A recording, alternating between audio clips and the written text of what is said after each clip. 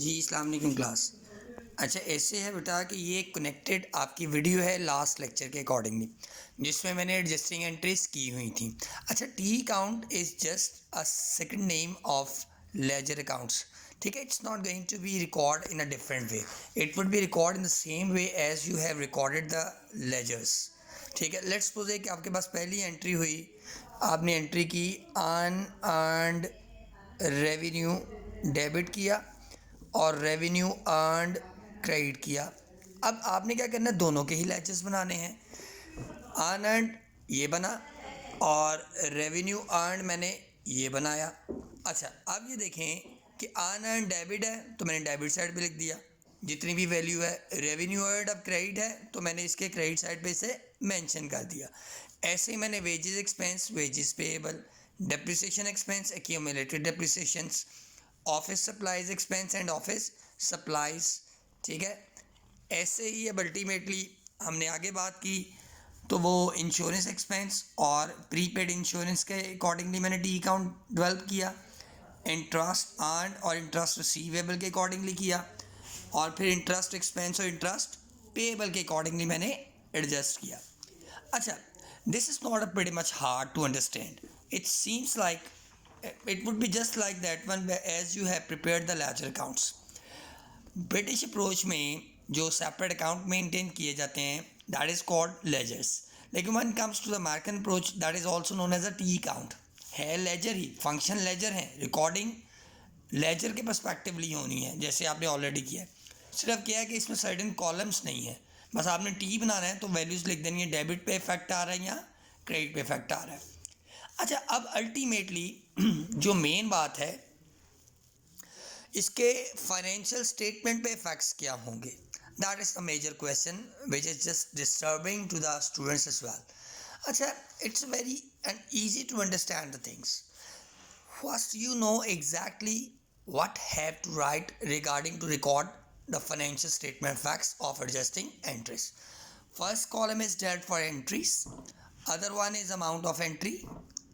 ठीक है, the other one is effects on net profit income. देखें, एक certain transactions के बाद we are going to record the adjusting entries. ठीक है, ये जो बात है ये कहीं बाद में आ रही है, लेजर्स ट्रायल बैलेंस के बाद की बात है। ठीक है, अब उसका इम्पैक्ट उससे आपने जो जहाँ पे बुक कीपर का काम ख़त्म होता है वहाँ पे अकाउंटेंट का काम स्टार्ट होता है। Keep in your mind, book keeper ने जो रिकॉर्ड मेंटेन्स करने होते हैं that would be up to the trial balance, उसका जो एंडिंग पॉइंट है वो ट्रायल बैलेंस होता है। लेकिन अकाउंटेंट का जो स्टार्टिंग पॉइंट होता है वो याद रखिएगा वो ट्रायल बैलेंस होता है। जब ट्रायल बैलेंस एंड होता है तो हमें वो 5 किस्म के डिफरेंट बैलेंसेस देता है। That would be the balances of expenses, revenue, assets, liabilities as well as honor equity. अब इन तीन, ये दर हकीकत इनमें दो चीज़ें डिस्कस होती हैं, इनकम एंड एक्सपेंस आपको पता है इनकम स्टेटमेंट के अंदर, और बाकी जो है वो बैलेंस शीट के अंदर। अब इसके इम्पैक्ट्स क्या आएंगे, इफेक्ट्स क्या आएंगे, यानी कि ये डिस्टर्ब करेगा या इसकी वजह से हमारा जो नेट प्रॉफिट है वो बेहतर होगा, नेट इनकम बेहतर होगी, हमने इसको एनालिसिस करना है। अब पहली एंट्री है unearned revenue to revenue earned. अब रेवेन्यू अर्नड से मुराद क्या है, आपने कमा लिया है, अब आपकी कमाई हुई है, जब कमाई होगी तो आपकी इनकम बढ़ेगी या कम होगी? ऑब्वियस बात है, एक्सपेंस की वजह से मेरी इनकम कम होगी। अगर मैं इनकम जनरेट करूँगा तो मेरी इनकम इंक्रीज़ होगी। देखिए, पहले मैंने अमाउंट लिखी 10,000, अब इसका नेट इनकम पे इफेक्ट क्या आया कि इसने ऊपर जब एरो आएगा, याद रखिएगा अगर एरो ऊपर है तो वो इंडिकेट कर रहा है इंक्रीज को, और अगर एरर नीचे है तो वो इंडिकेट कर रहा है डिक्रीज को। ये ट्रेंड्स मैं आपको बता रहा हूँ कि अगर तो आपका अपवर्ड ट्रेंड है तो दैट मीन्स आपकी इनकम इंक्रीज हो रही है। तो देखें, इनकम जनरेट कर रहे हैं तो आपकी इनकम इंक्रीज हो रही है। अब क्योंकि एंट्री है अनअर्न्ड रेवेन्यू और रेवेन्यू अर्न्ड, हमने सबसे पहले इफेक्ट को अंडरस्टैंड करने से पहले इनकी नेचर को अंडरस्टैंड करना है। देखें, revenue earned is my income और अनअर्न्ड रेवेन्यू जो है वो मेरी लाइबिलिटी है बाय नेचर। अब उसमें इंक्रीज है डिक्रीज है, इट्स अनदर थिंग। अच्छा, अब इफेक्ट्स की बात कर रहे हैं, इनकम तो जनरेट कर रहा है। अब टोटल इफेक्ट एसेट बेस का कोई इफेक्ट नहीं, मैंने नो इफेक्ट लिखा है।